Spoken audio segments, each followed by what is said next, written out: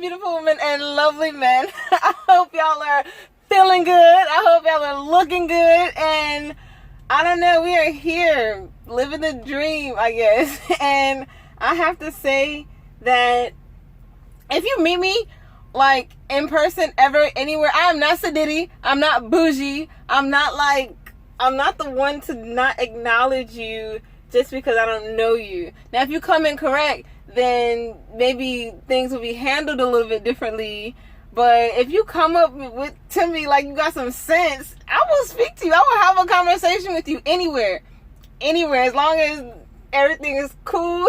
Then that's that. But I have to say I have met some amazing men and women out here. The main gist of this is keeping it 107% about Stevens Transport. And I have long waited to do a video like this because I felt like I wanted to fill it out a lot more than what I already have. And if you haven't checked out the video that says it makes you second guess, that video it coincides with the video that's about the last resort. They kind of like coincide with each other, so I definitely recommend y'all check that out. So let me start off by saying the mechanics in the workshops are amazing. Like, I've learned so much about my truck.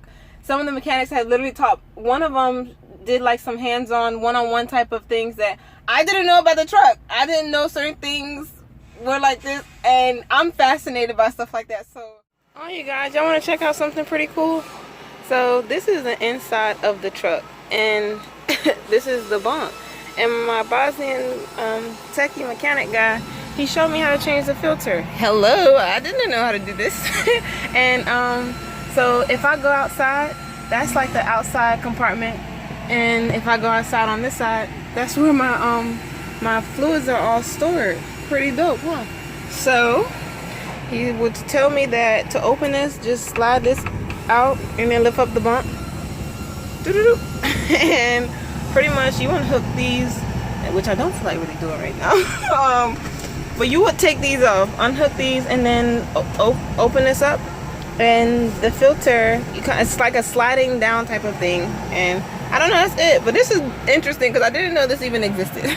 So yes, this is, I believe, the filter for the APU unit, which he's changing the oil on. And yeah, you guys, we learn something new every day. Every day. And I guess here's a backup filter. And I also want to say that I'm in a relationship. Like, for real. So if you come up to me and I don't engage in flattery, I mean, I'm, and I'll be thinking like, my mate be watching some of my videos, so I'm in a relationship, for real. Okay, so y'all can see, the yard clearance sheet is something serious. It takes you there. That sheet is like pretty much things that you need to take care of whenever you're on the yard, in terms of getting cleared for your safety, for safety reasons. Certain workshops, certain videos, you need to get it cleared. And as tedious as it is, and as frustrating and as annoying as the runarounds are, these are things you just got to do. Some people got 2 of those pages, and it's a lot. The permit book, I don't really want to turn around. It has a lot of information in it. I feel like the permit book, I don't know what to really describe it as or compare it to, but I feel like the registration, operating authority, truck inventory, I don't really want to go into detail or elaborate, but the permit book is like pretty much, it needs to be on your truck at all times when the truck is moving, and it's like, I guess, having your CDL with you at all times. So let me first speak from experience. Your hours of service and violations are something extremely serious. Don't get no violations, don't get no suspensions. And I don't know, by the grace of the good Lord, I think that the head poncho in charge in the compliance department showed some leniency towards me, because I'm speaking from experience. Don't get any violations. Don't drive over your time, like, because wow, you don't want to be hassled by anyone, especially when you're not for it or when you're not trying to hear it. Just do what you're supposed to do when it comes to your logs, man. Like, approve them every day as you're supposed to. Don't drive over your time. And with me, when I'm driving, my Qualcomm is turned off. I don't like it on. It's muted. I don't like to hear it. It's just off. I don't have to focus about the miles. I don't have to focus about the time. It's off. My mind is off. So the company makes you go through a lot. loops, hoops, regulations, rules, policies, and I'm telling you, it does get better in the long run if you decide to stick it out. Some people, they leave a couple days after they get here. When they get on the Greyhound, they come, and it's not for them. They leave. A lot of people bash the company because this is the type of company, your mind has to be built for it. You have to have an extreme high tolerance, an extreme high amount of patience. You gotta be really strong-minded to put up with half of the stuff these people put you through. It's so much structure to where sometimes you may think that it's too much structure. For real. And all I can say is that I have never in my life worked for a company like this that had this much structure. Some people will feel micromanaged, some people won't. And I feel like some of the policies overlap with each other. I don't want to go into detail. I don't. But it's just, when it comes to certain people that you meet out here, whether they're other drivers, whether they're people who work in the actual offices, some people just gonna have shitty attitudes. And you have to be able to have the stomach to put up with it.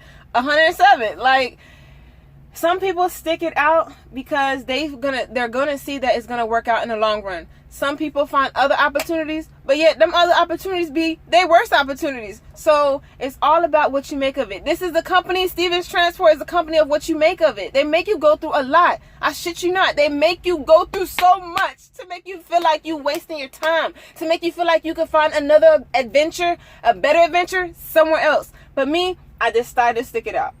Mainly for the simple fact that the older women who got in my head, they was like, and one of them I never saw ever again. Like, it was a one time she was in my life and gone. They told me some things to where I was like, all right, whatever. I'm gonna suck it up. I stuck it out. And it's gotten better for me throughout the months. And I can say that I've had 3 driver managers. In the previous video, it makes you second guess. Some dispatchers, some driver managers will make you go through it. Like, I've had 3 driver managers. My first one was a pre-alliance driver manager. She was amazing. Like, orderly. My pre-plans set up. Everything. I didn't have to communicate with her ever. Like, barely. She was the best one. My grad DM, whenever you finish your training, you get your truck, you're going to go through grad phases. You're going to be feeling like you're babysat in terms of your trip planning, things that you have to message into the Qualcomm. That's going to be one of your most challenging phases because you are monitored through like scrutiny, and it's annoying. Like, it's really, really annoying. So I think it's about 3 months of that, but it's a time frame of your graduate phase that you're gonna go through after your training. Everyone goes through it. I went through it, and my grad DM was amazing. It's like, once if I had a problem, he got it done right then and there, and it was fine. My current DM, she's cool. My company DM, she's cool. It's just like, and she gets the things that she needs to get done, but her communication can be inconsistent sometimes, and especially when you really need to reach her. I'm sorry if I'm speaking too fast. Especially when you really need to reach her and you can't get in contact with her, it's frustrating. It's annoying because sometimes you can't fend for yourself. Sometimes I need to hear from her about certain things. Okay, so especially when it comes to certain addresses. So the company make you go through a lot, but I feel like, and from what somebody told me, that there's some companies out there who don't have safety departments. There's some companies who don't have or emphasize or enforce compliance rules and regulations. It's certain company policies that people just have to abide by because those are the rules. This company wants professional drivers to a T, and some companies show a lot more leniency when it comes to rules and regulations. So I've learned that here, but the good Lord, I have never seen so much structure in a work environment. Too much structure does something to me personally. I can't elaborate. But that's that.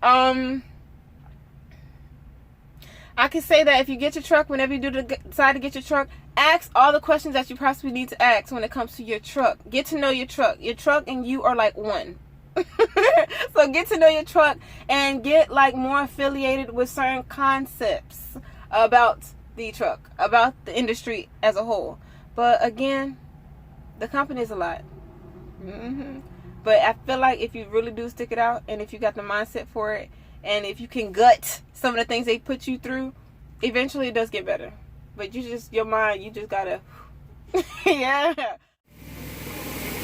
I didn't even know that that's how they put the lube on. Pretty interesting, huh? For real. we can get a better visual of what the back of the tractor looks like. When I got this Freightliner, these tires were like spanking brand new looking, I guess.